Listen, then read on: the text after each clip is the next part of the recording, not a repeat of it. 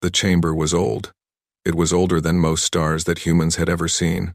The walls were made of a dark stone that seemed to drink in light rather than reflect it. 12 massive seats rose in a circle, each one carved for a different species, each one holding a being that had watched civilizations rise and fall like waves on a beach. Ambassador Elena Vance stood in the center of this circle. She was a small woman with gray hair and tired eyes. She had served humanity for 40 years in the diplomatic corps. She had shaken hands with creatures that had no hands. She had learned 17 alien languages. She had believed, truly believed, that humanity had found its place among the stars. Now she knew she had been wrong. The Velthari Archon sat in the largest seat. His body was long and thin, covered in scales that shifted from blue to purple as he moved. His eyes were like two moons, pale and cold and ancient. When he spoke, his voice filled the chamber like water filling a cup. "The Council has reached its decision," the Archon said. "Humanity is found guilty." Elena did not flinch. She had expected this. The trial had lasted for 6 months, but the outcome had been decided long before the first witness spoke. She had seen it in the way the council members looked at human delegates. She had heard it in the whispers that stopped when humans entered a room. Fear. They were afraid of humanity. Guilty of what, exactly? Elena asked. Her voice was calm. She would not give them the satisfaction of seeing her break. The Archon lifted a long, thin arm and gestured to a floating screen that appeared in the air. Images began to play. Human ships, human colonies, human scientists working in laboratories. 40 years ago, humanity discovered faster than light travel, the Archon said. This is not unusual. Many species discover this technology. What is unusual is that humanity discovered it in only 200 years of space exploration. The Velthari took 3,000 years. The Kreth took 4,000. The Orium took nearly 5,000. Is being quick a crime? Elena asked. It is a warning, another voice said. This came from Counselor Thylek of the Orium Collective. He was a massive creature, like a mountain given life. His skin was gray and rough like stone, and his eyes burned with an orange light deep within his skull. Your species does not know how to be patient. You do not know how to wait. Patience is not survival, Elena said. Our sun will die one day. Our planet will freeze. Should we have waited for that? You should have waited for permission, the Archon said. 40 years ago you were welcomed into the galactic community as a junior species. You were given trade rights. You were given access to knowledge that took us millions of years to gather. You were told to grow slowly, to learn your place, to respect the order of things. And we did, Elena said. No, the Archon replied. His voice grew cold. You did not. In 40 years, your population has spread to 112 worlds. Your scientists have begun experimenting with technologies that are forbidden. Your military has grown to a size that rivals the Kreth hegemony. Your people ask questions that should not be asked. Elena almost laughed. Almost. Questions? You are putting humanity on trial because we ask questions? We are putting humanity on trial because you are dangerous, Counselor Thylek said. He leaned forward, and the light in his eyes grew brighter. Every species in this council learned long ago that there are limits. There are boundaries that should not be crossed. There are doors that should not be opened. But humans see a door, and they must open it. They see a limit, and they must break it. They see the impossible, and they call it a challenge. That is who we are, Elena said. Would you have us be something else? We would have you be safe, the Archon said. For everyone, including yourselves. The screen changed again. New images appeared. Human soldiers fighting in a border conflict. Human ships testing new weapons. Human colonies expanding into territories that had been marked as protected. Your species has been in space for less than 3 centuries, the Archon continued. In that time, you have fought 11 wars among yourselves.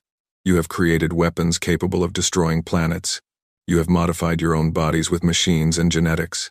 You treat the universe as if it belongs to you. The universe belongs to everyone, Elena said. The universe belongs to those who respect it, Counselor Thylek said. And humanity does not. Humanity takes, humanity consumes. Humanity grows like a fire. And fires must be controlled before they burn everything. Elena looked around the chamber. 12 species, 12 sets of eyes watching her.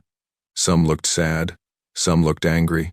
Some looked relieved that this moment had finally come, but none of them looked willing to change their minds.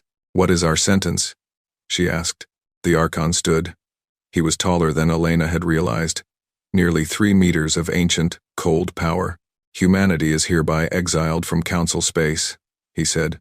"All human colonies within our borders will be evacuated. All human citizens will be gathered and transported to the edge of known space. You will be given your ships and enough supplies to survive for 5 years. After that, you are on your own." "Exiled to where?" Elena asked. The Archon waved his hand, and a new image appeared on the screen. It showed a region of space that was almost entirely black. No stars, no planets, just endless, empty darkness stretching out forever. "The umbral expanse," the Archon said. "It lies beyond the galactic rim. It is a place of dead stars and broken space. No species has ever explored it because there is nothing there to find. No resources, no life, no hope."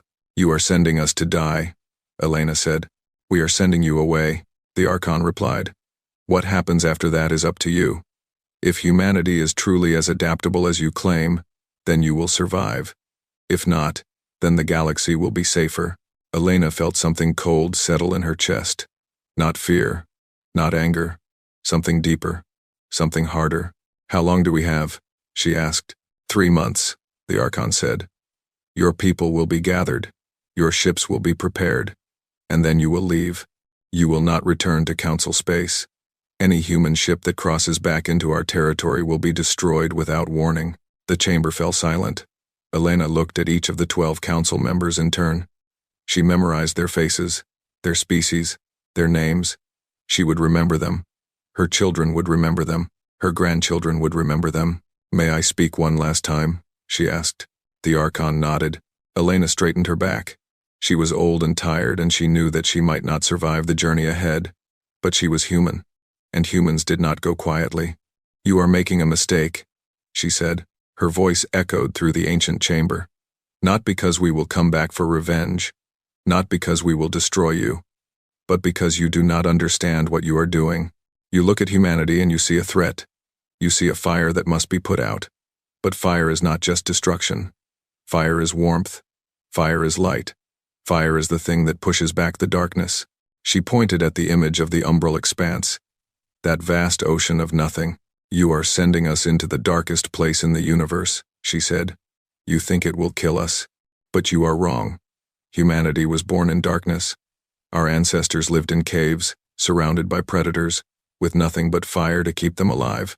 We learned to survive in the dark. We learned to make the dark afraid of us." The Archon's expression did not change. "Pretty words, but words will not help you in the expanse." "No," Elena agreed. "They will not. But we will remember this day. We will remember every face in this chamber. We will remember that when we reached out in friendship, you responded with exile. And one day, the universe will see which of us made the right choice." She turned and walked toward the door. Her footsteps echoed in the silence. "Ambassador Vance," the Archon called out. She stopped but did not turn around. "Do not hope for the day you describe," the Archon said. "The Council has watched species rise and fall for millions of years. Humanity is young. The expanse is not. It will swallow you whole, and in 1,000 years, no one will remember your name." Elena smiled, though no one could see it.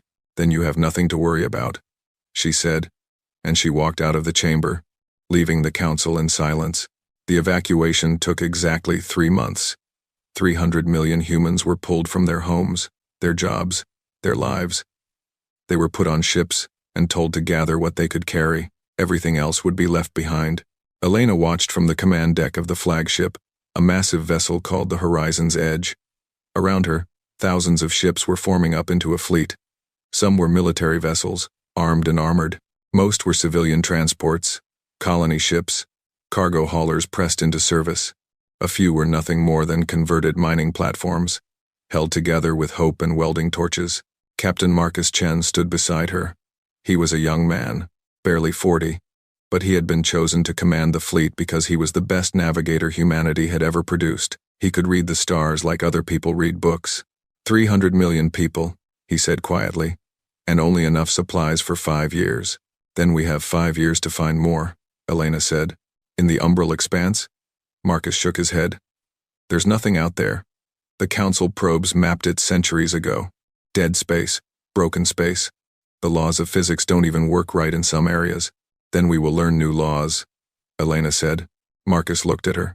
There was something in his eyes that she had seen in many humans over the past 3 months. Fear mixed with something else. Something stubborn, something defiant. You really believe we can survive? He asked. I believe we have no choice, Elena said. And when humans have no choice, we find a way. We always find a way. The last ships joined the fleet. 300 million souls. Everything that remained of humanity's presence among the stars. The Council's warships surrounded them, weapons armed, making sure they did not try to run. Elena opened a channel to the entire fleet. Her face appeared on every screen, in every ship, seen by every human who was about to be cast into the void. My name is Elena Vance, she said. Most of you know me. For the past 40 years I have tried to find humanity a place in the galactic community. I failed. Today, we are being exiled. Cast out. Thrown away like garbage because the Council fears what we might become. She paused. Around her, she could feel the weight of 300 million people listening. I will not lie to you, she continued. The road ahead will be hard. Many of us will not survive. The umbral expanse is a place of darkness and danger, and we are going in blind. But I want you to remember something. Remember it on the days when you want to give up. Remember it when the darkness feels endless. Remember it when you think there is no hope. She leaned forward, and her eyes burned with a fire that 3 months of defeat had not been able to put out. We are human, she said. We crossed oceans in wooden boats. We climbed mountains with bare hands. We walked on the moon when our technology was barely more advanced than fire and wheels. We have faced extinction 100 times, and every single time, we have survived. Not because we were stronger than our enemies, not because we were smarter, but because we refused to die. She pointed toward the darkness beyond the fleet. That is the umbral expanse. The Council thinks it will be our grave. They think they are watching the end of humanity, but they are wrong. They are watching the beginning, because we will not just survive out there. We will build. We will grow. We will become something that they cannot imagine. And one day, when they have forgotten our names, we will return, and on that day, they will remember what it means to underestimate humanity. The channel closed. For a long moment, there was silence throughout the fleet. Then, slowly, a sound began to build. It started on one ship, then spread to another, then another. It was not a cheer. It was not a song. It was something deeper, something older.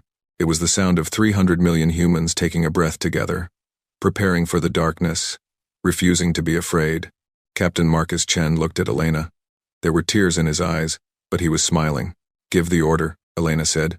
Take us home. Marcus nodded.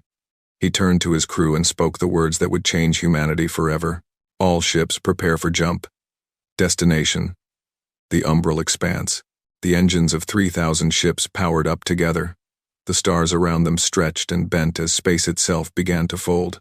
The Council warships watched in silence, their weapons still armed, their crews relieved that the human problem was finally being solved. The horizon's edge was the last ship to jump. Elena stood at the viewport, watching Council space disappear behind her. She saw the distant light of the worlds humanity had built, the colonies they had created, the dreams they had been forced to leave behind. We will remember, she whispered. And one day, we will return. The ship jumped, the light disappeared, and humanity entered the darkness. The first sight of the umbral expanse stole the breath from everyone who saw it. It was nothing, literally nothing. The screens showed only black. The sensors detected only silence. Where there should have been stars, there was emptiness. Where there should have been light, there was only the cold, endless dark. Elena stood on the command deck and felt the weight of that darkness pressing against her. For the first time since the trial, she felt truly afraid. Report, she said quietly. Captain Chen was staring at his instruments, his face pale. The fleet has arrived intact, all ships accounted for. But the readings. He shook his head. I've never seen anything like this. There's nothing out there. No stars within range. No planets. No asteroids. Just nothing. There must be something, Elena said. If there is, our instruments can't find it. Chen looked up at her. The council wasn't lying. This place is dead. Elena walked to the viewport. She pressed her hand against the cold glass and stared into the darkness. 300 million people, 5 years of supplies, and nothing but emptiness for light years in every direction. It would have been easy to give up. It would have been easy to despair. But Elena Vance had lived too long and seen too much to surrender to the dark. Then we will find what cannot be found, she said. We will map the unmappable. We will survive the unsurvivable. This is humanity, Captain. This is what we do. She turned to face the crew. They were scared. She could see it in their eyes. But beneath the fear, there was something else. The same stubborn fire that had carried humanity from caves to stars. Send a message to all ships, she said. Tell them to rest. Tell them to eat. Tell them to hold their families close. Tomorrow, we begin the real work. Tomorrow, we start building our future.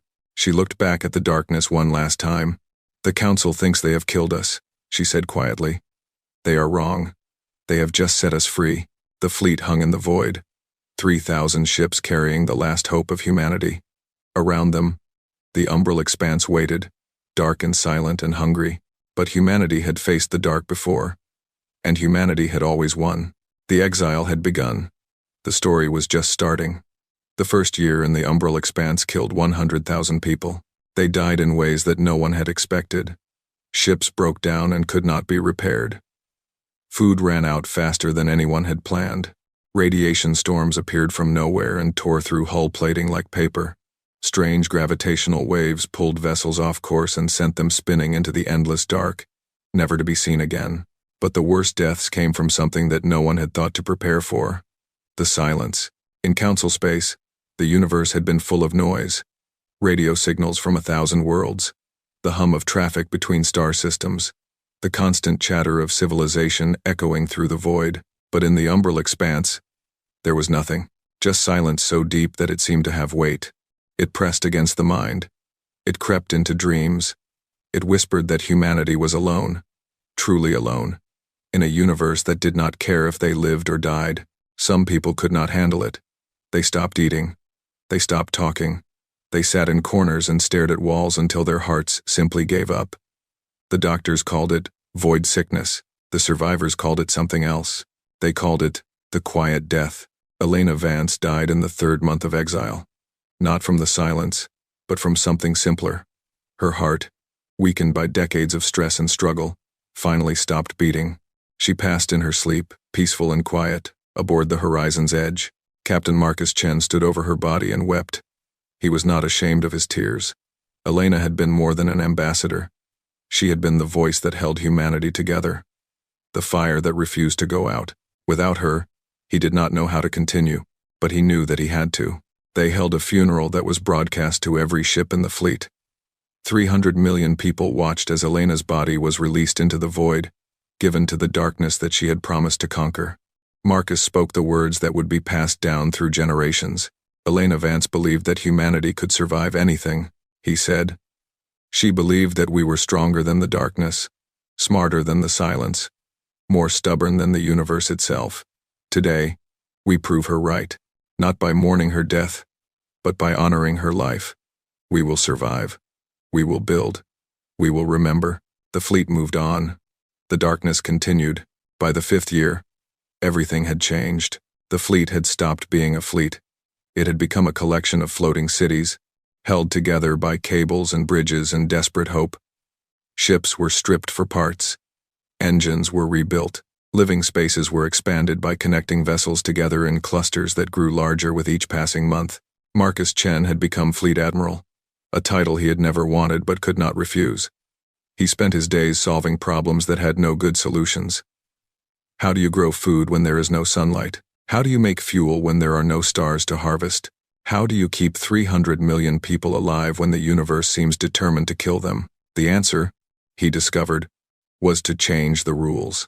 Dr. Yuki Tanaka was a physicist who had been considered brilliant even before the exile. In council space, she had been studying the boundaries of known science, pushing against the limits of what was possible. The council had watched her work with nervous eyes. Some said that was part of why humanity had been exiled. Now, in the umbral expanse, there was no one to tell her to stop. The council was wrong about this place, she told Marcus one day. They were standing in a laboratory that had been built from salvaged ship parts. Around them, instruments hummed and blinked, measuring things that had no names. They said the expanse was empty, dead. But it is not dead. It is different. She showed him the data on a flickering screen. Strange patterns, impossible readings, energy signatures that should not exist. What am I looking at? Marcus asked. The universe has rules, Yuki said. Laws of physics that govern everything from atoms to galaxies. Those rules were created in the moment of the Big Bang, when all of existence was born in fire and light. But the umbral expanse. She pointed at the darkness beyond the viewport. This place is older than the Big Bang. It is a piece of what came before. And in this place, the rules are different. Marcus stared at her. You are saying that physics works differently here? I am saying that physics is merely a suggestion here, Yuki replied. She smiled, and there was something wild in her eyes, something excited. The council sent us here to die. But they made a mistake. They sent us to the one place in the universe where we could reinvent everything. The discoveries came slowly at first, then faster and faster. Yuki's team found that certain materials, when exposed to the strange energies of the expanse, changed their properties in useful ways. Metals became stronger. Fuels became more efficient. Engines could be redesigned to run on power sources that the council had never dreamed of. Other scientists made other discoveries. They found pockets of strange matter drifting through the void, remnants of stars that had died before the universe was born. They found gravitational currents that could be ridden like rivers, carrying ships across vast distances with almost no fuel. They found dimensions folded inside of dimensions, spaces where the normal rules did not apply. The children of the exile grew up learning these things. They had never known a proper sun or a proper sky. They had been born in the darkness, raised in the silence, shaped by the void itself. They called themselves the Void-born, and they were different from the humans who had come before. They could see in lower light than any human before them. Their bodies had adapted to strange gravities and stranger pressures. They thought in ways that their parents found hard to follow. Their minds shaped by a universe that did not obey the old rules. And they were not afraid of the dark. They had never been anything else. 20 years after the exile, humanity had stopped dying. The floating cities had become proper stations, built from materials harvested from rogue planets and dead stars. Farms grew food under artificial lights powered by energy that the council would have called impossible. Factories produced machines using techniques that had never been tried before. The population had fallen to 200 million, but it had stopped falling. Births began to equal deaths. Then births began to exceed deaths. Slowly, carefully, humanity began to grow again. Fleet Admiral Marcus Chen was an old man now.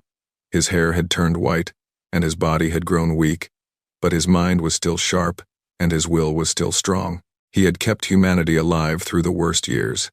Now he was watching something new begin. We need to stop thinking like refugees, he said at a council meeting. The room was full of leaders from every station, every ship, every community that had formed in the darkness. The council wanted us to die out here. They expected us to spend our last years fighting over scraps. But that is not what we are doing. He gestured at the screens around the room, showing images of stations and ships and factories. We are building, he said. We are growing. We are becoming something new. It is time to accept what we are. We are not survivors anymore. We are pioneers. And this darkness is not our prison. It is our home. The room was silent for a moment. Then, slowly, people began to nod. They had all felt it. The change that was happening. The transformation that the exile had forced upon them. Humanity was not the same species that had been cast out of council space. They had been changed by the void, shaped by the silence, forged in the endless dark. They had become something stronger, something stranger, something that the council had never expected. 40 years after the exile, Marcus Chen died. He passed in his sleep, just as Elena Vance had. He was 90 years old, ancient by the standards of the old world, respected beyond measure by the people he had helped to save. His last words were spoken to his daughter, a void-born woman named Sarah, who had inherited her father's talent for navigation. Do not forget, he whispered. Do not forget why we are here.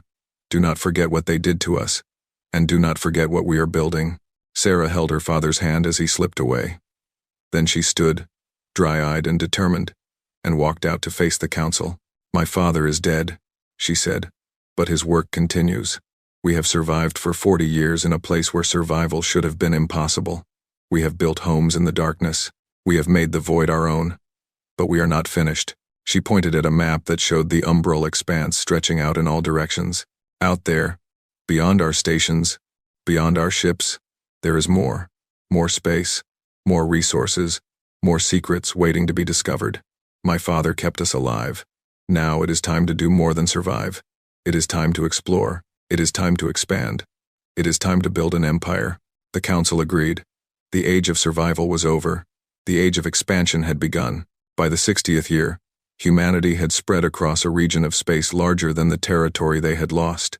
Hidden stations dotted the darkness like stars that had refused to die. Some were built into asteroids. Some floated in the void, held together by gravitational fields that bent space itself. Some were buried inside the corpses of brown dwarfs, harvesting the last heat from failed stars. The technology had advanced beyond anything the Council had ever achieved. Ships could fold space and travel between dimensions. Weapons could tear holes in reality itself. Sensors could see through the fabric of existence and detect things that should not be possible. Dr. Yuki Tanaka had died years ago, but her work continued through her students and her children. Her granddaughter, Yuki Tanaka Chen, had inherited both her brilliance and her determination. She led a team of scientists who pushed the boundaries of what humanity could do. "The Council thought they were sending us to die," she said at a research symposium. "Instead, they sent us to the one place in the universe where we could evolve. The umbral expanse is not empty. It is full of possibilities that they were too afraid to explore. And we are exploring them." She showed the audience images of new technologies, ships that moved through shadows, weapons that could not be blocked by any shield, communication systems that worked instantly across any distance, power sources that drew energy from the fabric of space itself. "This is what humanity has become," she said. "Not refugees, not exiles. We are the masters of the void, and the void has made us strong." 75 years after the exile, humanity was ready. Not ready for war. Not yet, but ready for something else. Ready to look back at the galaxy they had left behind. Ready to see what the Council had done without them. Ready to plan for the future. The new leader of humanity was a man named Alexander Volkov. He was tall and thin, with the pale skin and dark adapted eyes of the Voidborn. He had been born in the darkness, raised in the silence, and he had never known the warmth of a proper sun. But he had heard the stories. He had learned the history. He knew what the Council had done to his people, and he had not forgiven them. "We have built something extraordinary," he said at a gathering of all the station leaders. "An empire in the shadows, a civilization in the void. But we did not build it because we wanted to. We built it because we had no choice, because the Council decided that humanity did not deserve to live among the stars." He looked around the room at the faces of his people, Voidborn and Earthborn, young and old, all of them united by a shared memory of betrayal. "We have spent 75 years building strength," he said. "We have spent 75 years learning secrets that the Council cannot imagine. We have spent 75 years preparing for the day when we would face them again. That day is not today, but it is coming." He activated a screen that showed a map of the galaxy. Council space glowed blue, fat and comfortable and complacent. The umbral expanse was marked in black, a shadow on the edge of everything. "They think we are dead," Volkov said. "They have forgotten our names. They tell stories about us to scare their children. But we are not dead. We are waiting, and when the time is right, we will remind them who we are." The room erupted in cheers. 75 years of pain and struggle and loss had forged humanity into something new, something hard, something patient. The Council had wanted humanity to die in the darkness. Instead, the darkness had made humanity stronger than ever. The umbral dominion was born, and the galaxy had no idea what was coming. In the silence of her laboratory, Yuki Tanaka-chen worked on the final piece of the puzzle. She was old now, nearly 70, but her mind was still sharp. She had spent her entire life studying the secrets of the expanse, pushing the boundaries of what was possible, and now she was close to her greatest breakthrough. A ship that could move through shadows. A ship that could appear anywhere without warning. A ship that could not be detected, could not be stopped, could not be defeated. She called it the Shadow Drive. This is how we go back, she whispered to herself. This is how we show them what we have become. She thought of her grandmother, who had believed that the expanse was full of possibilities. She thought of Marcus Chen, who had kept humanity alive through the darkest years. She thought of Elena Vance, who had walked out of the council chamber with fire in her eyes. They had all believed that humanity could survive anything. They had all believed that the darkness could not break the human spirit. They had been right. Yuki finished her work as the station hummed around her.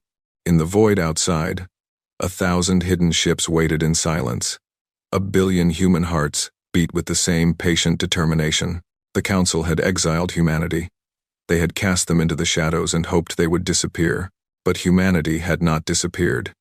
Humanity had claimed the shadows as their own.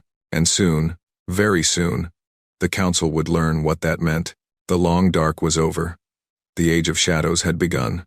100 years after the exile, the galaxy had forgotten humanity. In council space, life continued as it always had. The great powers traded and squabbled and made treaties that meant nothing. Lesser species served their masters and dreamed of freedom that would never come. The 12 elder races sat in their chambers and believed that they controlled the universe. They told stories about humanity sometimes. Parents warned their children about the arrogant species that had reached too far and paid the price. Teachers used humanity as an example of what happened to those who did not know their place. Politicians pointed to the umbral expanse and said that it proved the council's wisdom. No one knew that humanity was still alive. No one suspected that in the darkness beyond the galactic rim, an empire was growing. An empire built on patience, on secrecy, and on a burning desire for justice. They called themselves the Umbral Dominion, and they were watching everything. Supreme Commander Alexander Volkov stood in the heart of Shadow Station Prime, the largest and most secret installation in the Dominion. It had been built inside the dead core of a brown dwarf, a failed star that gave off just enough heat to power the massive facility. From outside, it was invisible. Just another piece of cosmic debris drifting through the endless night. Inside, it was the center of human civilization. Volkov was 130 years old. Medical technology developed in the expanse had extended human lifespans far beyond what the council thought possible. He had been leading the Dominion for 50 years, guiding his people through the transition from survival to dominance. He had watched the fleet of refugees become an empire of shadows. And now he was watching the council tear itself apart. "Show me the latest intelligence," he said to the woman standing beside him. Commander Yuki Tanaka-chen was old too, but her eyes were still sharp. She had inherited her grandmother's brilliance and her great-grandfather's determination. She had spent her life developing the technologies that kept the Dominion hidden, the stealth probes, the quantum-entangled spies, the shadow networks that let humanity watch the galaxy without being seen. She activated a massive screen that filled one wall of the command center. Images appeared. Ships, stations, worlds, all of them bearing the symbols of council species. "The Velthari are dying," Yuki said. "Their birth rates have been falling for centuries. They are down to less than 2 billion individuals across their entire empire. Their scientists have been trying to reverse the decline, but nothing works. They estimate that their species will be extinct within 500 years. Volkov watched the images of Velthari cities, once proud and beautiful, now half empty and crumbling. "What else?" he asked. "The Kreth hegemony has been expanding again." Yuki changed the images to show massive warships moving through space. "They have conquered 3 new species in the past decade. They claim it is for security, but our intelligence suggests they are stripping those worlds for resources. Their own planets are becoming depleted. And the Orium? The worst of all." Yuki's voice turned cold. "Remember the protected worlds? The ones the council declared off-limits because of their unique ecosystems? The Orium have been secretly mining them for centuries. They have driven at least 12 species to extinction to fuel their economy. And the council has done nothing because the Orium pay the largest share of the Common Defense Fund." Volkov watched the evidence play across the screen. Videos of strip-mined planets, images of enslaved populations, data showing corruption and cruelty on a scale that would have shocked the humans who had been exiled 200 years ago. "The council has not changed," he said quietly. "No," Yuki agreed. "They are exactly what they always were. They exiled us because they feared we would upset their order. But their order was built on suffering and lies. They were never the wise elders they claimed to be. They were just powerful. Volkov turned away from the screen. He walked to a viewport that looked out into the void. The darkness was complete, but he had been born in that darkness. He was not afraid of it. "How many ships do we have now?" he asked. 12,000 combat vessels, Yuki replied. All equipped with shadow drive technology, all crewed by void-born soldiers who have trained their entire lives for this moment. Plus another 50,000 support ships, enough to supply a prolonged campaign. And our weapons? Phase disruptors that can bypass any shield the Council has ever developed. Null torpedoes that can tear holes in space itself. Shadow bombs that can delete matter from existence. Yuki paused. "We could destroy them, Alexander. We could wipe out the Council and take their territory for ourselves." Volkov was quiet for a long moment. Then he shook his head. "No," he said. "That is not why we have spent 200 years building in the darkness. We are not conquerors. We are not destroyers. If we become what they feared, then they were right to exile us. Then what are we?" Yuki asked. Volkov turned to face her. His eyes, adapted to the void, seemed to glow with an inner light. "We are the reckoning," he said. "We are the proof that their crimes have consequences. We are not here to destroy the Council. We are here to expose them, to show the galaxy what they truly are. And then we will let the galaxy decide what happens next." The preparations took another 100 years. Humanity had learned patience in the darkness. They had learned to plan in terms of generations, not years. They had learned that the best victories were the ones that seemed inevitable in hindsight. During those 100 years, the Dominion grew stronger. New technologies were developed. New ships were built. New soldiers were trained. But more important than any of that was the intelligence network that spread across Council space like invisible roots. Stealth probes drifted through enemy territory, recording everything. Quantum-entangled communicators allowed instant transmission of data across any distance. Human agents, surgically altered to look like other species, infiltrated the governments and militaries of every Council member. They learned everything. They learned which officials were corrupt and which were honest. They learned which military officers would fight to the death and which would surrender at the first sign of trouble. They learned the location of every secret base, every hidden weapon, every buried crime. They compiled databases that contained more information about the Council than the Council had about itself. And they waited for the right moment to use it. 190 years after the exile, Supreme Commander Volkov died. He passed peacefully, surrounded by his family and his closest advisors. He was 220 years old, ancient even by the extended standards of the Dominion. He had led humanity for a century and a half. He had transformed a scattered fleet of refugees into an empire that could have conquered the galaxy. His last words were spoken to his successor, a woman named Mira Volkov-Chen. She was his great-granddaughter, a product of the merger between two of humanity's most important families. She had his determination and Yuki Tanaka-Chen's brilliance. She was everything humanity needed for the next phase. "Remember the goal," Volkov whispered. "Not conquest, not revenge, justice. Show them who we are. Show them what they did, and then give them a choice." Mira held his hand as he faded away. Then she stood and addressed the gathered leaders. "My great-grandfather spent his life preparing for this moment," she said. "He believed that humanity could be better than its enemies. He believed that we could win without becoming what they feared. I share that belief, and I will honor his memory by finishing what he started." She activated the main display. It showed a map of the galaxy, with Council space marked in blue and the Umbral Dominion marked in black. The black area was larger than anyone in Council space would have believed possible.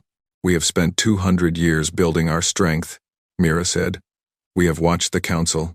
We have learned their secrets. We have prepared our forces. And now, at last, we are ready." She touched a control, and the map changed. Red lines appeared, showing attack vectors. Green dots showed positions where Dominion ships were already waiting. Yellow markers indicated targets of critical importance. "In 3 years, we will begin the return," Mira said. "Not with an invasion, not with a war, with something more powerful. The truth. We will show the galaxy what the Council truly is. We will expose every crime, every lie, every betrayal, and then we will offer them something better." The room was silent. Everyone understood what she was proposing. It was not just a military operation. It was the end of an era. My great-grandfather was exiled from Council space 200 years ago, Mira continued. He was told that humanity did not deserve a place among the stars. He was told that we were too dangerous, too ambitious, too arrogant. But he never believed them, and neither do I. She looked around the room, meeting the eyes of every leader, every commander, every representative. We are humanity, she said. We were born in darkness, we were raised in silence. We were forged in the void. And now we are going home. The next 3 years were the busiest in the history of the Umbral Dominion. Fleets were positioned in the darkness just beyond the border of Council space. Agents were activated in every major government. Communication networks were prepared to broadcast on every frequency in the galaxy. Everything was checked, double-checked, and checked again. Mira Volkov-Chen worked without rest, coordinating every aspect of the operation. She reviewed intelligence reports, approved tactical plans, and recorded the messages that would be broadcast when the time came. She barely slept, barely ate, barely stopped moving. "You are going to kill yourself," said her chief advisor, an old man named Thomas who had served 3 generations of leaders. "I will rest when it is over," Mira replied. "That is what your great-grandfather said. And your great-grandmother. And every leader before them." Thomas shook his head. "Humanity survived 200 years in the void. You need to survive long enough to see what we have built." Mira paused. She looked out the viewport at the darkness that had been her home for her entire life. Somewhere out there, beyond the edge of the expanse, the council was going about its business. They had no idea what was coming. "Do you remember the stories?" she asked. "The ones they told about the first days of exile?" "I remember," Thomas said. Elena Vance told the council that humanity would remember. She said that one day, they would see which side made the right choice. Mira turned to face him. "I am going to prove her right. I am going to show the galaxy that humanity is not what the council feared. We are what they should have hoped for." Thomas smiled. "Then you should get some sleep. History needs its witnesses to be awake." Mira laughed. It was the first time she had laughed in months. 3 more years, she said. Then we show them who we are. 203 years after the exile. Everything was ready. 12,000 warships waited in the shadows. 50,000 support vessels carried supplies for a campaign that could last for decades. 1 billion human soldiers stood ready to fight for a home they had never seen. Communication arrays were aimed at every populated world in the galaxy. Mira Volkov-Chen stood on the bridge of the flagship, a massive vessel called the Shadow's Edge. It was the most advanced ship ever built, equipped with technologies that the Council could not even imagine. It could appear anywhere without warning. It could defeat any enemy. It could not be stopped. Around her, the crew worked in silence. Void-born soldiers with dark-adapted eyes and enhanced bodies. Engineers who could rebuild a ship in the middle of a battle. Scientists who understood the secrets of the expanse better than anyone in Council space understood their own physics. They were ready. After 200 years of preparation, they were finally ready. "Open a channel to all ships," Mira said. The communication officer nodded. "Channel open." Mira took a breath. This was the moment that her ancestors had dreamed of. This was the moment that humanity had been building toward since the day they were cast into the void. "My name is Mira Volkov-Chen," she said. "I am the Supreme Commander of the Umbral Dominion. 203 years ago, the Galactic Council exiled humanity to the darkness. They hoped we would die. They hoped we would disappear. They hoped we would become nothing more than a cautionary tale told to frighten children." She paused, letting her words sink in. "They were wrong," she continued. "We did not die. We did not disappear. We survived. We adapted. We built an empire in the shadows that they were too afraid to explore. And now, at last, we are ready to show them what we have become." She looked out at the darkness one last time. Then she turned to face the camera, and her eyes burned with 2 centuries of patient determination. "Today, we begin the return," she said. "Not as refugees begging for mercy, not as conquerors seeking revenge, but as humanity, the species that was too dangerous for the Council to accept, the species that survived the unsurvivable, the species that claimed the void as its own." She smiled. It was not a kind smile. "The Council thinks they know what humanity is," she said. "They are about to learn how wrong they were." She nodded to the navigation officer. "All ships," she commanded. Execute Operation Homecoming. 12,000 ships activated their shadow drives. Space twisted, reality bent, and humanity, after 200 years of exile, finally began its journey home. The Empire of Whispers had spoken, and the galaxy was about to hear. Counselor Thylek of the Orium Collective was having a very good evening. His estate on the capital world of Orium Prime was filled with the most powerful beings in the galaxy: diplomats, generals, corporate leaders, and royalty from 100 species mingled beneath crystal chandeliers that had been crafted 1,000,000 years ago. Servants moved through the crowd carrying drinks that cost more than most planets earned in a year. It was the social event of the season, and Thylek was at the center of it all. He had spent centuries building his influence. He had made deals that would have horrified the idealistic founders of the council. He had crushed rivals and absorbed their assets. He had committed crimes that would never be discovered because he had the power to make evidence disappear. Tonight, he was celebrating the completion of his greatest achievement, a trade agreement that would give the Orium Collective control over 60% of all rare mineral production in council space. It had taken 50 years of manipulation to make it happen. Bribery, blackmail, assassination, all the tools of real politics. He raised his glass to toast his success. The crowd fell silent, waiting for his words, and then every screen in the room went dark. Thylek frowned. Technical difficulties were not supposed to happen at his events. He had people whose job was to prevent exactly this kind of embarrassment. Someone would be executed for this. Then the screens flickered back on, and a face appeared. It was a human face. The crowd gasped. Some of the guests stumbled backward in shock. A few screamed. The humans had been extinct for 200 years. Everyone knew that. The council had made sure of it. But here was a human woman looking out from every screen, her eyes dark and calm and utterly unafraid. "My name is Yuki Tanaka Chen," she said. "I am the granddaughter of exiles. I am the great-great-granddaughter of those you cast into the void, and I am here to deliver a message." Thylek dropped his glass. It shattered on the floor, but he did not notice. 203 years ago, the Galactic Council sentenced humanity to death. Tanaka Chen continued. "You did not call it that. You called it exile. You called it mercy. But you sent 300 million people into a place where you knew they could not survive. You hoped they would die quietly, and then you forgot about them." Her face disappeared, replaced by images. Ships emerging from the void, stations that stretched across the darkness, cities built inside dead stars, technology that made council science look primitive. "They did not die," she said. "They survived, they built, they evolved, and now, they have returned." The images changed again. This time they showed something else. Documents, videos, records that Thylek recognized with a cold surge of terror. His own records, his own crimes, the protected worlds that the Orium had strip-mined, the species they had driven to extinction, the bribes they had paid, and the officials they had murdered. "The Orium Collective has been committing crimes against the galaxy for centuries," Tanaka Chen said. "This is the evidence. Every transaction, every death, every lie. The council knew about some of it. They looked the other way because the Orium paid them well, but now everyone will know. The people of the galaxy will see exactly what kind of creatures have been leading them." Thylek tried to move, tried to shut off the screens, tried to do something, but his body would not respond. His security systems had been frozen. His communications had been blocked. He was helpless, surrounded by guests who were watching his empire crumble in real time. "This is not revenge," Tanaka Chen said. "Revenge would be too small for what you did to us. This is justice. And it is only the beginning." The screens went dark.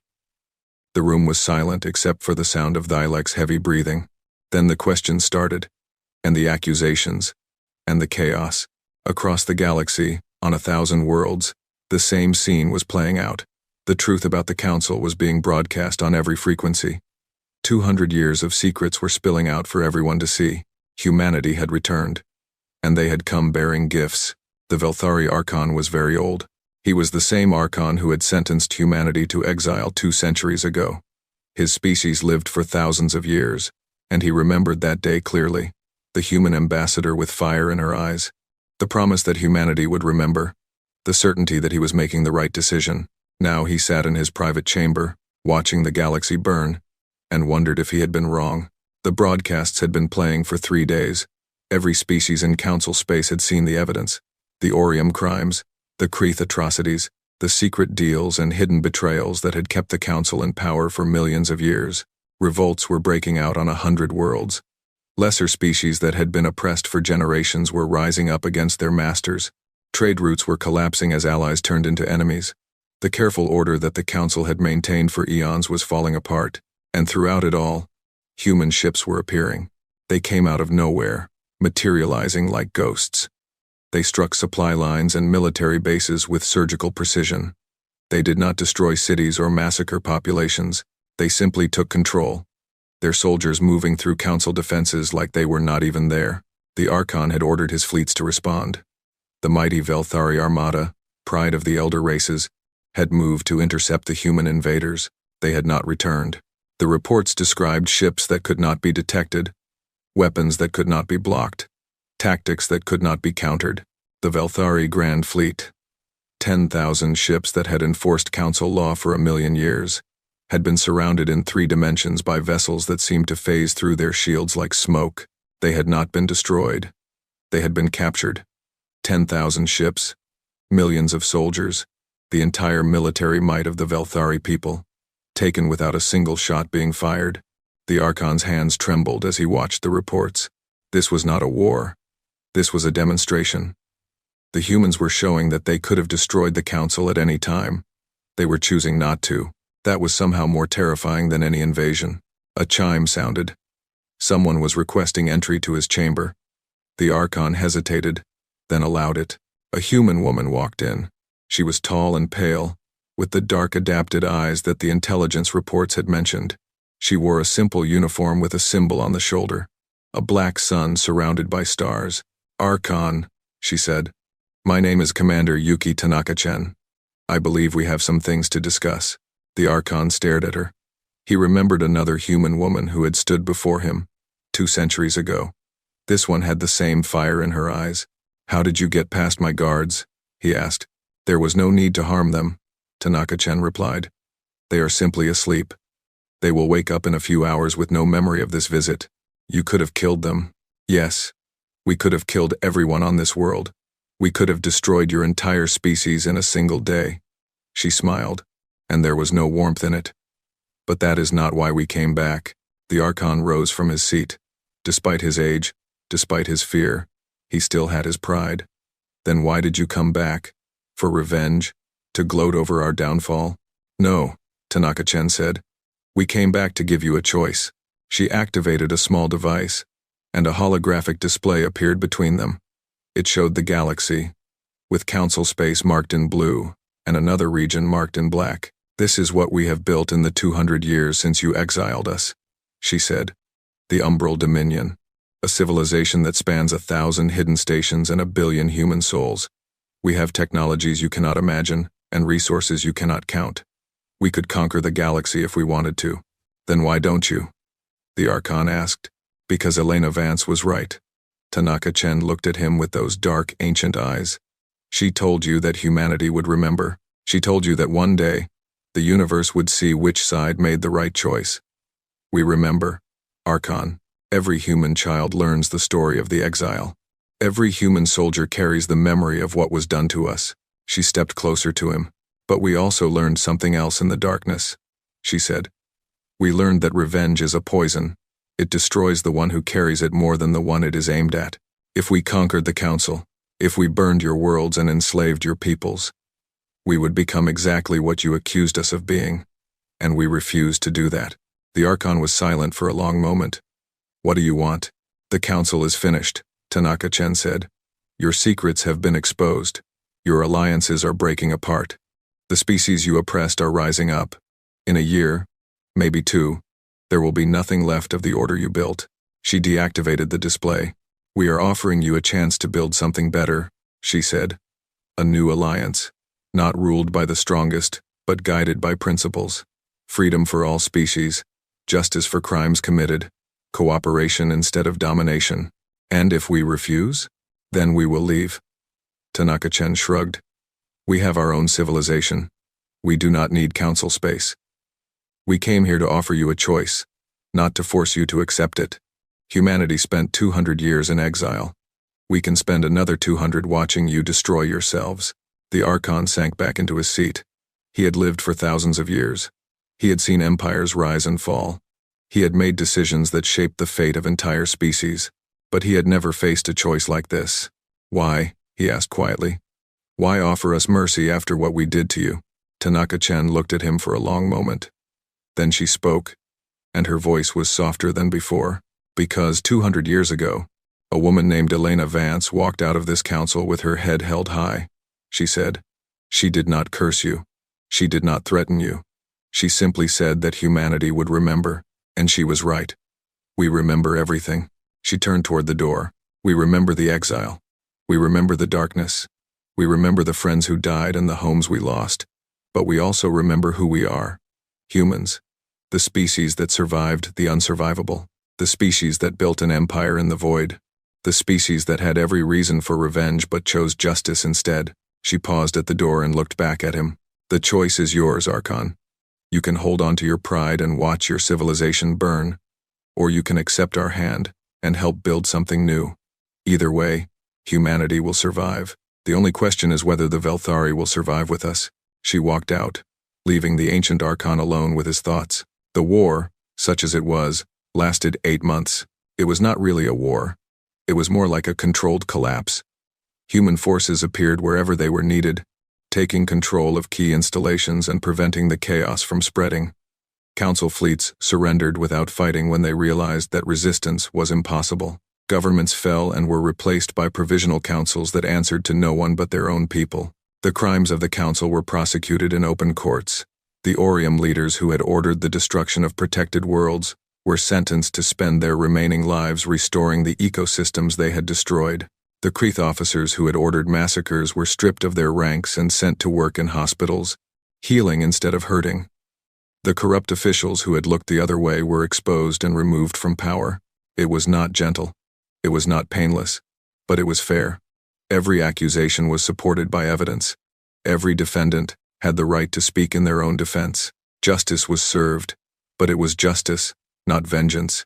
And through it all, humanity stood as witnesses. They did not rule. They did not conquer. They simply ensured that the process was fair. This is not what I expected, said the Velthari Archon. He was standing on a balcony overlooking the capital city of Velthar Prime. Beside him stood Supreme Commander Mira Volkov-Chen, who had arrived to oversee the final stages of the transition. What did you expect? She asked. Revenge. Destruction. The things we were afraid of when we exiled you. He shook his ancient head. We were so certain that humanity would try to conquer the galaxy, that you would use your power to dominate everyone else. It is what we would have done. We know, Mira said. We spent 200 years watching you, learning your secrets, understanding how you thought. She looked out at the city, where Velthari citizens were going about their lives, largely unaffected by the changes happening around them. If we had wanted revenge, we could have taken it 100 times over. But that would have meant becoming you. And we decided long ago that we would rather be human. The Archon was quiet for a moment. The Council exiled you because we were afraid of what you might become. We thought that if we did not stop you, you would eventually threaten our power. You were right to be afraid, Mira said. We did become something threatening. We became something you could not control, could not predict, could not defeat. But you were wrong about what we would do with that power. She turned to face him. Humanity was never going to conquer the galaxy, she said. We do not want to rule. We want to explore, to learn, to grow. We want to see what is beyond the next star, and the next after that. The Council saw that and thought it was ambition. But it was just curiosity. The same curiosity that carried us from caves to stars. The Archon nodded slowly. And now? What will humanity do now that the Council is gone? Mira smiled. It was the first real smile she had shown since the return began. Now we keep going, she said. There is an entire universe out there. We have only seen a tiny piece of it. The umbral expanse taught us that the impossible is possible. The void taught us that the darkness is not something to fear. We are going to keep pushing forward. Keep exploring. Keep asking questions. She looked up at the stars. And this time we want you to come with us. The declaration ceremony took place on neutral ground, a space station at the exact center of what had been council space. Representatives from every species attended, packed into a chamber that had been designed for this moment. Mira Volkov-Chen stood at the podium. Behind her, a banner displayed the new symbol of the Alliance, a circle of stars surrounding a dark center, light embracing shadow, the known embracing the unknown. "Today we declare the end of the Galactic Council," she said, "and the beginning of something new."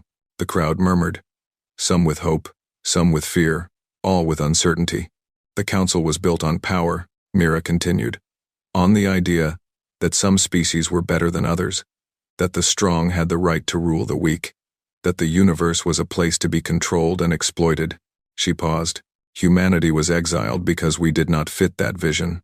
We were too curious, too ambitious, too willing to question the way things were. The council saw us as a threat to their order. They were right, we were a threat, but not because we wanted to conquer them, because we refused to accept that the universe belonged to anyone. She gestured at the crowd. "Look around you. 100 species, 1,000 worlds, 1,000,000 different ways of seeing the universe.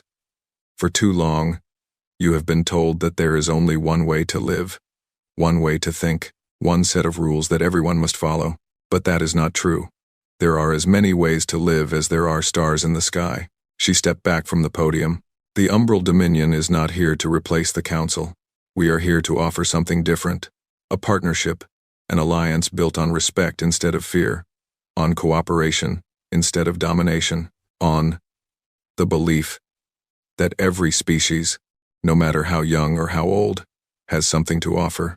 She looked around the room, meeting eyes of 100 different colors and shapes. "We call this new alliance the Stellar Compact. It has only one rule. Everyone is equal. Everyone has a voice. Everyone gets to choose their own path. If you want to join us, the door is open. If you want to go your own way, we will not stop you. We are not here to rule.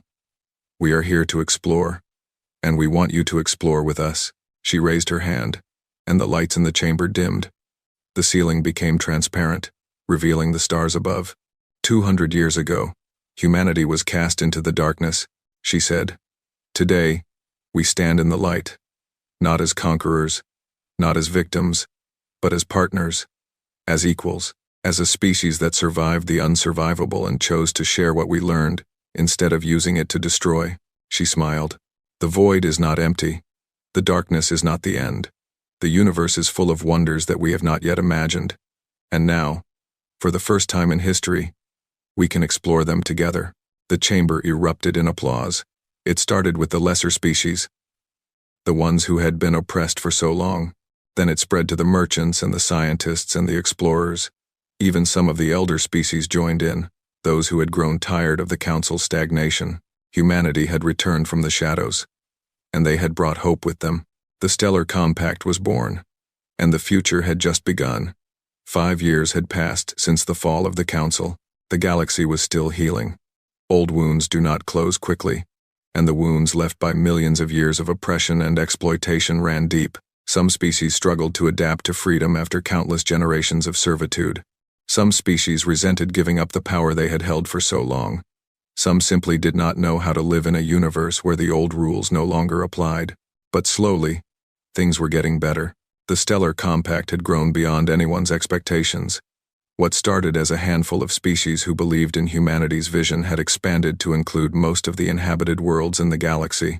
Trade routes that had been controlled by the Council were now open to everyone. Technologies that had been hoarded by the elder races were being shared freely. The barriers that had separated species for millions of years were coming down, and humanity was at the center of it all. Not as rulers, not as conquerors, but as explorers, teachers, partners. The Umbral Dominion had opened its borders, sharing the technologies they had developed in the void. Shadow drives were being adapted for use by other species. The strange sciences of the expanse were being studied by researchers from 100 worlds. The secrets that humanity had learned in 200 years of exile were becoming the foundation for a new age of discovery. Supreme Commander Mira Volkov-Chen stood on the observation deck of the Stellar Compact's capital station, watching ships from 100 species pass in peaceful cooperation. She was getting old now, her hair gray and her face lined with the marks of a life spent in service. But her eyes were still sharp, and her mind was still active. "It is strange," she said to the woman standing beside her. "I spent my entire life preparing for war, planning for the moment when we would face the council and show them what we had become. And now that it is over, I do not quite know what to do with myself." The woman was named Alara, and she was the newly elected Speaker of the Compact Assembly. She was not human. She was Velthari, young by her species standards, barely 500 years old. Her scales shimmered in the starlight, shifting from blue to purple as she moved. "You could retire," Alara suggested. "You have earned it. The Dominion has other leaders. The Compact has its own government.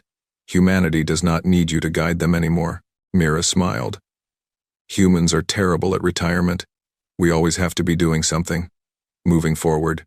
Exploring. Building. It is who we are." "Is that why your species survived the expanse?" Alara asked. "Because you cannot stand still?" "Partly." Mira looked out at the stars. "But it is also because we are stubborn. We refuse to accept that anything is impossible. We look at obstacles and see challenges. We look at the unknown and see opportunities. The council thought they were sending us to die. Instead, they sent us to the one place in the universe where that stubbornness was exactly what was needed." Alara was quiet for a moment. She had grown up with the stories of humanity, stories of a dangerous species that had to be controlled, stories of a reckless race that would destroy the galaxy if given the chance. The stories had all been lies, but they were hard to forget. "I was not born when your people were exiled," she said finally. "But my grandfather was on the council. He voted for your banishment." Mira turned to look at her. "Does that bother you?" "Sometimes." Alara's scales shifted to a darker shade. He thought he was doing the right thing, protecting the galaxy from a threat, but he was wrong. And now I am standing here, working beside the people he tried to destroy. Do you blame yourself for his choices? No. Alara shook her head. But I wonder sometimes, if he had voted differently, if the council had given humanity a chance, would we have reached this point without all the suffering, without the 200 years of exile, without the crimes that the council committed in your absence? Mira thought about the question. She thought about Elena Vance, who had walked out of the council chamber with fire in her eyes. She thought about Marcus Chen, who had kept the fleet alive through the darkest years. She thought about all the humans who had been born and died in the void, never knowing the warmth of a proper sun. I do not know, she said honestly. Maybe we would have found another path. Maybe the council would have accepted us eventually. Maybe everything would have been different. She turned back to the viewport. But that is not what happened. She continued. What happened is that we were exiled. What happened is that we survived. What happened is that we built something extraordinary in the darkness, and now we are sharing it with the galaxy. I cannot change the past. I can only decide what to do with the present. Alara nodded slowly. That is a very human way of thinking. Is it? Mira smiled. I always thought it was just common sense. The memorial was built on the border between council space and the umbral expanse. It was a simple structure, just a pillar of dark stone floating in the void. But carved into that stone were names, 300 million names, every human who had been exiled from council space 208 years ago.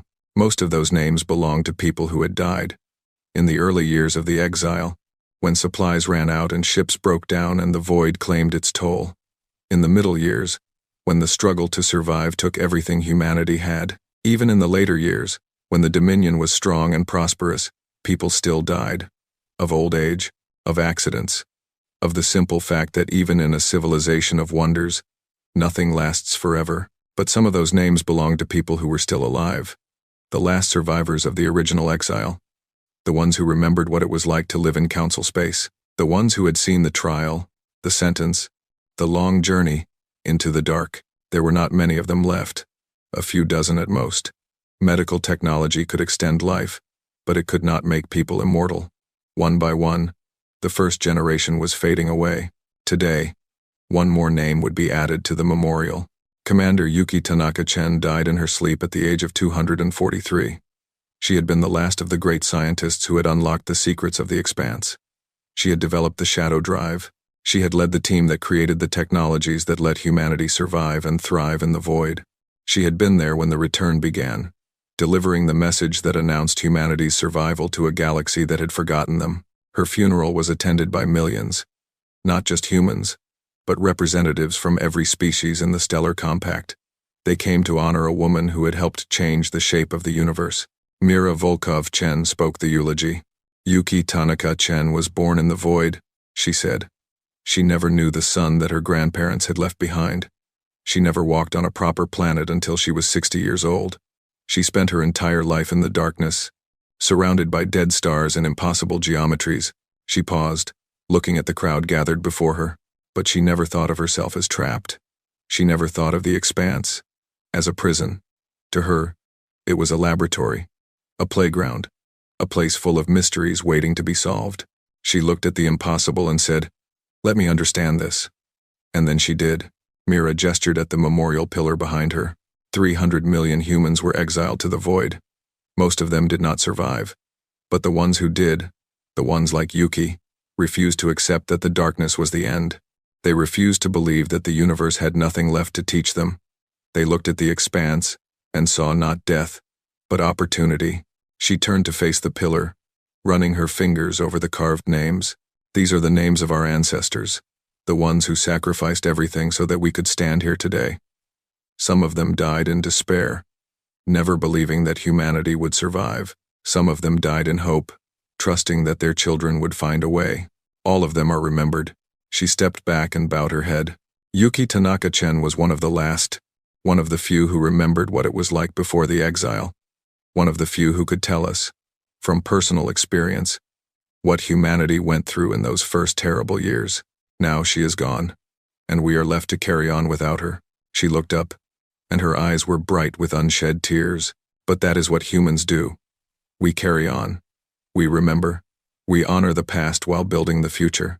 Yuki would not want us to mourn her for long. She would want us to keep asking questions, keep exploring, keep pushing the boundaries of what is possible. She smiled, despite the sadness. Rest now, Yuki. You have earned it.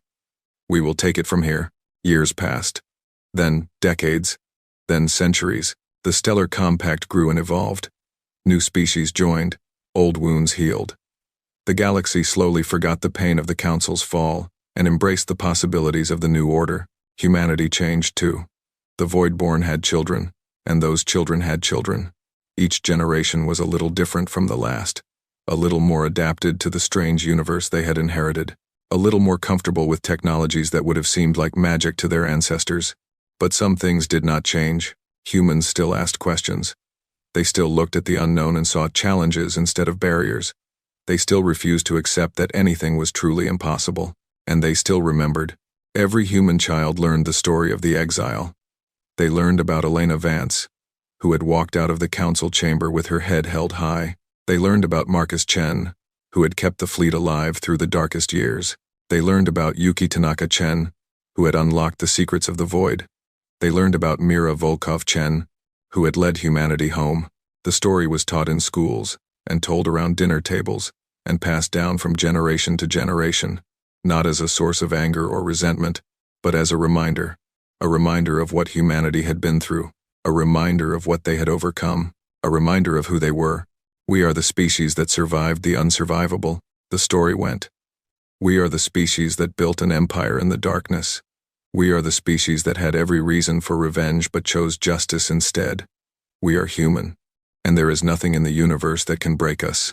300 years after the exile, humanity reached the edge of the galaxy, not the umbral expanse, which they had long since mapped and colonized, not council space, which had become just another part of the stellar compact, but the true edge, the place where the stars ended and the intergalactic void began.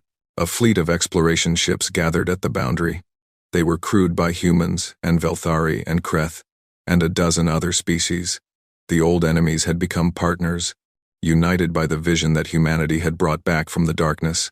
Admiral Kira Tanaka Volkov stood on the bridge of the lead ship, looking out at the emptiness beyond. She was the direct descendant of both Yuki Tanaka-Chen and Mira Volkov-Chen. She carried their blood and their legacy and their determination. What do we know about what is out there? She asked.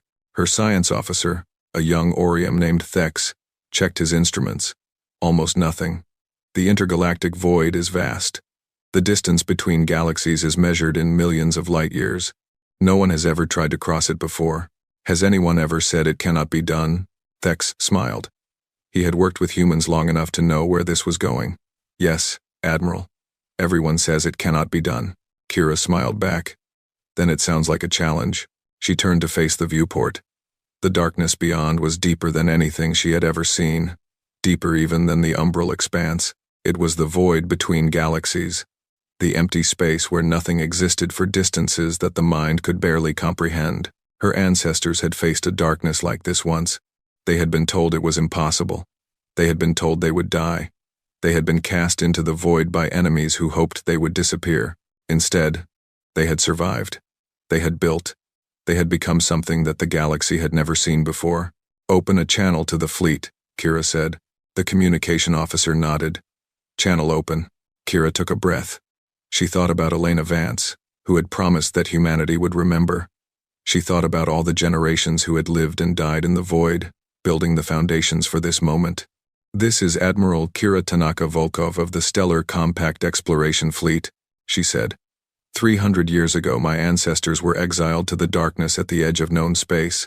They were told that the void would kill them, that they would disappear and be forgotten, that humanity would end in the silence between stars.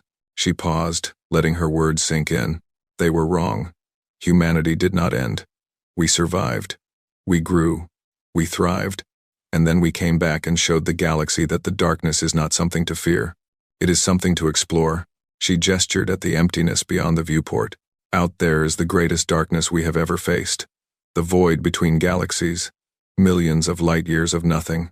No stars. No planets. No way stations. Just the endless black. She smiled. And in that smile was 300 years of human stubbornness and determination. They say it cannot be crossed. They say we will fail. They say we are reaching too far, pushing too hard, asking questions that should not be asked. Her eyes gleamed. That is what they said about the umbral expanse. And look where we are now. She turned to her crew. They were watching her with eyes full of hope and trust in the same stubborn fire that had carried humanity from caves to stars to the edge of the universe. We are human, she said. We were born in darkness. We were raised in silence. We were forged in the void. And there is no void deep enough to break us. No darkness vast enough to swallow us. No challenge great enough to make us turn back. She faced the viewport one last time. All ships, prepare for jump. Destination. The unknown. The engines of 100 ships powered up. Space twisted, reality bent. And humanity, once again, ventured into the darkness. Behind them, the galaxy they had saved grew small. Ahead of them, a new frontier waited to be explored. The last message they sent before the jump was received across the stellar compact. It was broadcast on every frequency, heard by every species, recorded for future generations. It was simple, just a few words, but it carried the weight of 3 centuries of survival and struggle and triumph. We are humanity. We claim the void, and now we claim the universe. Then the ships disappeared into the darkness, and a new chapter began.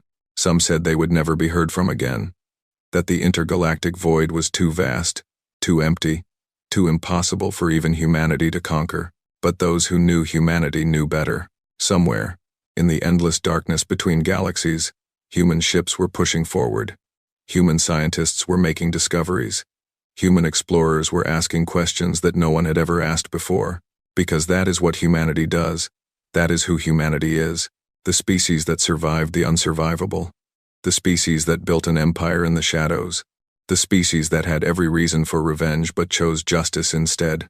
The species that looked at the void and called it home. And somewhere, in whatever afterlife exists for those who have gone before, Elena Vance was smiling. Humanity had remembered. Humanity had returned. And humanity would never stop reaching for the stars.